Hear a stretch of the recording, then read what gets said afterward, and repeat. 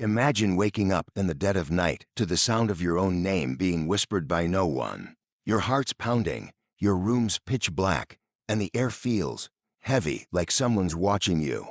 That's exactly what happened to me in the fall of 1987 in a creaky old house in Maplewood, Ohio. I thought it was just my imagination, but what I uncovered in that house would haunt me for the rest of my life. This isn't just a story, it's real. And it's the kind of thing that makes you question everything you thought you knew about the world. My name's Jake, and back then, I was a 22-year-old college student at Ohio State, living off campus in a rundown Victorian house, with two roommates, Matt and Sarah. The place was cheap, which was perfect for broke students like us, but it came with a vibe like the house itself was alive, watching us. It had these narrow hallways, warped wooden floors, and windows that rattled even when there was no wind. Matt used to joke it was haunted, but I didn't believe in that stuff, at least not at first. It all started one October night. Matt was out of town visiting his folks in Cleveland, and Sarah had crashed at her boyfriend's place, so I was alone. Around 2 a.m., I was half asleep when I heard my name, whispered soft and slow, like someone was standing right at the foot of my bed. Jake. I bolted upright, heart racing, and flicked on the lamp. Nothing. Just my empty room, the same old creaky floorboards, and that weird musty smell the house always had. I chalked it up to a dream and tried to go back to sleep, but then it happened again. Jake, this time, it was louder, almost urgent. I grabbed my baseball bat from under the bed and checked every corner of the house. The front door was locked, windows were shut tight, and there wasn't a soul in sight.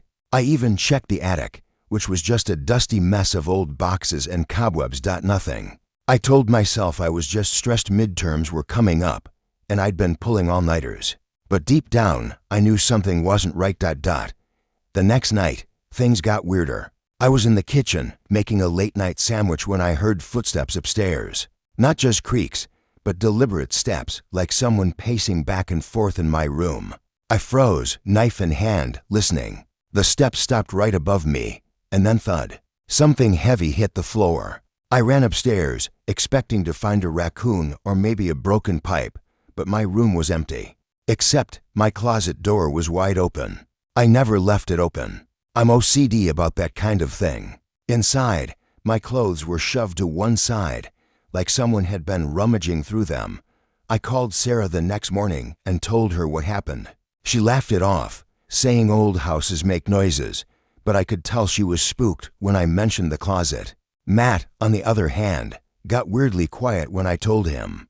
"Dude, you sure you didn't leave the closet open?" he asked, his voice shaky. I pressed him, but he just changed the subject. That's when I started noticing other things, little stuff. At first, my keys would go missing, only to show up in places I'd never put them, like inside the fridge. Lights would flicker, even after we replaced the bulbs. And sometimes, late at night, I'd hear what sounded like a child giggling, faint but clear, coming from the basement. I started digging into the house's history. The landlord, a grumpy old guy named Mr.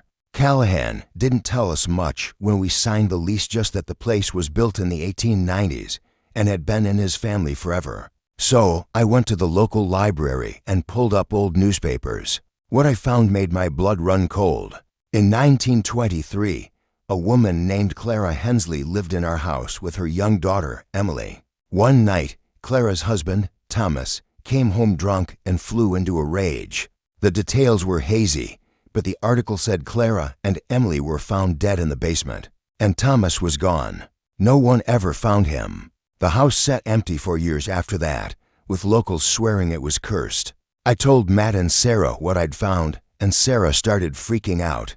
She said she'd been having nightmares about a little girl standing in her room, just staring at her. Matt, though, got defensive.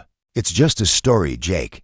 Don't make it a big deal." But I could see it in his eyes, he knew something he wasn't telling us. Things escalated fast after that. One night, I woke up to the sound of scratching, like nails dragging across wood. It was coming from inside my bedroom wall. I grabbed my flashlight and followed the noise, which led me to the basement door. I hadn't been down there since we moved, and it was damp, dark, and gave me the creeps. But the scratching was louder now, almost frantic. I opened the door, and the air hit me like a punch cold, thick and sour like something rotting. The stairs creaked under my weight as I went down, my flashlight beam shaking in my hand. At the bottom, I saw it. A small, child-sized handprint on the concrete wall, smudged in what looked like ash. I reached out to touch it, and the lights went out. Not just my flashlight, the whole house. Pitch black. Then I heard it, a whisper, right behind me. "Why did you leave me?" It was a little girl's voice, soft but full of pain. I spun around, but no one was there. My chest tightened, and I bolted upstairs, slamming the basement door behind me. I didn't sleep that night. The next day, I called a local pastor, Father Michael, who was known for dealing with unusual problems. He agreed to come by after evening mass. When he arrived, he walked through the house with a Bible in one hand and a rosary in the other. He stopped at the basement door and shook his head. "There's a presence here," he said, his voice low. "Something's holding on, something angry." He asked if we'd done anything to disturb the house, like renovations or messing with old furniture. I told him no, but Matt shifted uncomfortably, avoiding eye contact. Father Michael spent an hour in the basement, praying and sprinkling holy water. When he came back up, he looked pale. "This house has seen great sorrow," he said. "There's a spirit here, likely the little girl Emily. She's trapped, tied to this place by whatever happened to her. But there's something else, something darker. You need to leave this house for a few days." That's when Matt finally broke. He admitted he'd found an old box in the attic when we first moved in, filled with creepy stuff, a locket with a photo of a little girl, a torn dress, and a bundle of letters. He didn't tell us because he thought it was cool and sold the locket to a pawn shop for beer money. Sarah was furious, and I felt sick. Father Michael said disturbing those items might have stirred up whatever was in the house. We packed our bags and stayed at a friend's place for a week. Father Michael came back with another priest to perform a full blessing. He told us to burn sage and pray every night, and under no circumstances were we to go back to the basement. When we returned, the house felt lighter, but not normal. The giggling stopped, but I still felt watched sometimes, like the house was waiting for something.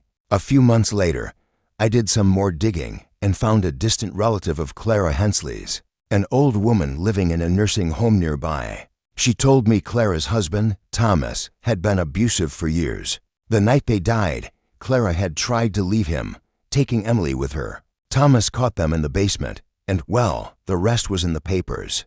The relative said the house had been a source of pain ever since, and no one stayed long. She also mentioned something chilling. Emily loved to play hide and seek, and her favorite spot was the basement. We moved out at the end of the semester. The house sat empty for years after that, and last I heard, it was condemned. But I'll never forget those nights, the whispers, the footsteps, the handprint. I don't know if it was Emily or something else, but I do know one thing. Some houses hold on to their pain, and they don't let go easy. If you're ever in Maplewood, Ohio, and you see a sagging old Victorian with boarded-up windows, steer clear, because whatever's in that house, it's still there, waiting for someone new to whisper their name.